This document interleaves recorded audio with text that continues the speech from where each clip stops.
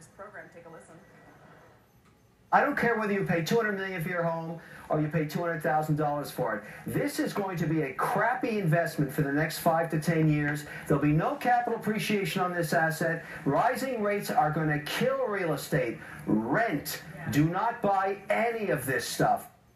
Well, Kevin, using those technical terms about investments, back to make his case further today, and he's joined by our own Larry Kudlow, who has a slightly different take on the issue. Gentlemen, welcome to both of you. You know, you just heard, I hope, Kevin, Mr. Lutnick talking about how he thinks basically the runway is clear for takeoff, particularly for commercial real estate. Why does he have the scenario wrong?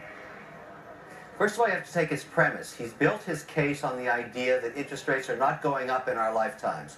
And I love it when everybody is consistent on the same message, because I'm actually a vampire. I've been around for 120 years. I've seen this happen over and over again. When you get complacency on something as core as interest rates, you have to know with certainty that change is about to happen. I am convinced that at some point later this year, we'll see the first 25 basis point rise. It'll rip through the infrastructure of utilities and REITs and real estate. You do not have real estate asset values increasing in a rising rate environment. That never works long term. That's why it's a very bad idea. And that's just the beginning of the damage. Look, raising interest rates, by the way, is not the same as having a rising rate environment. In other words, the Fed could do something like that and not actually see much move along the entire curve. Look, interest rates are going to go up at some point next year or two, but they're going to be minuscule interest rates, whether I like that or not. Yellen, Bernanke, you know, Bernanke with his 400,000 dinners with the hedge fund guys, said you're going to have below normal, below 4% interest rates on the short end of the curve. So I don't think interest rates are going to be a big factor. I do think this is a pretty good time to buy homes. I also think you should buy stocks as well. It's a low interest rate environment. Even if they creep up, it's still a low interest rate. You got tax advantages. There's no capital gains tax. You got a lot of leverage. You got a lot of product out there. And it depends where. Can I just say this? When you talk about housing, it's neighborhood. It's location. In Denver, home prices are booming.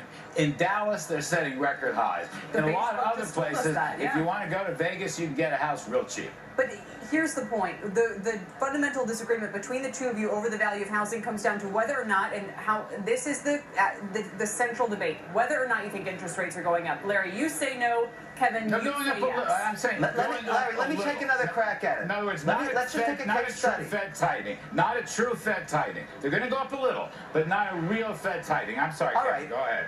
Leave the Fed with a 25 basis point move in the next year. Let's just call it that. Now let's take a couple in Denver, city you sounds like you like. They want to buy a $250,000 home. They've got $50,000 of equity put down. By the way, getting a loan on a home today, much harder. So you're going to have some equity. Now you're going $200,000 in debt. You're going to service it at somewhere between 3 and 4%. The transaction fees alone will be somewhere around 5% by the time you actually buy and sell all the things you need, pay the land tax.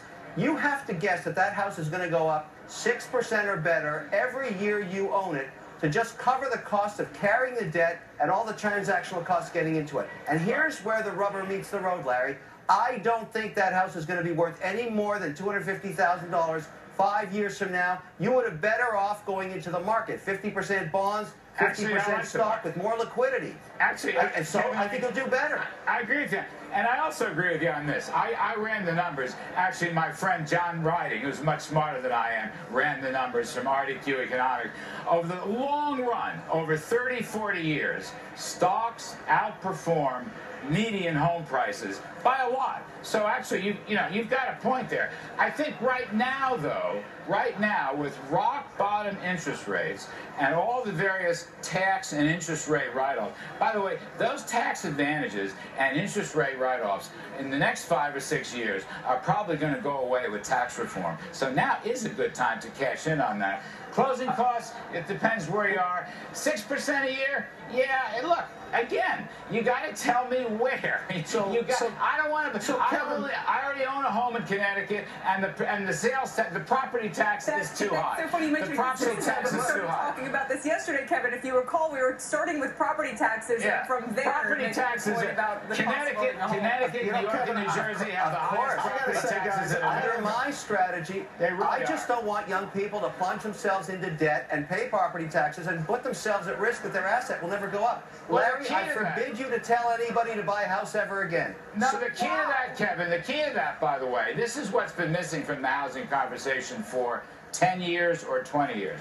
There must be a 20% down payment, not 3%, 20% down let me payment. just ask a quick question If there had been a 20%, would you tell people, young people, never to buy a home before we have to go? I wouldn't tell young people never to do anything, but it I'm depends telling where you they're not going. to. We asked Kevin, If who's it's not a Flo- young if it's- people. He said if he's a it's vampire. Florida, look, He's been there's around parts of this 125 country years. that are doing. If it's That's parts young of for this a vampire. country that are doing fabulous, so and that's Kevin, a good opportunity. to buy. Kevin, do you own your home now? And if you were buying a home in a nice vacation place like Naples, Florida, would you buy or would you rent? I own multiple homes. I'm not buying any more. In fact, I'm going to be selling a few of them now because I think they're at a high. And on top of that, I would that's a rent good in trade. Naples. That's a good trade. I've never made money in a home, I think frankly. that's a good trade. But, you know, again, keep this in mind. Young people and Kevin, there's no capital gains on the profit from the sale of the house. And that's important. Larry, because on don't stocks, lull them you gotta into a play sense of capital gains. security. All You right. are hurting young people right now. Shame on you. Now, buy stocks, buy real estate. Things are better than you think and will be for the next Don't buy half any dozen real years. estate. Don't do it. Great to see you both. Getting bruised and battered around here. At 25 minutes to go, the Dow's up 10, the S&P 500 in record territory, closer to NASDAQ, even adding about 16, Tyler. 16, Tyler. Nothing gives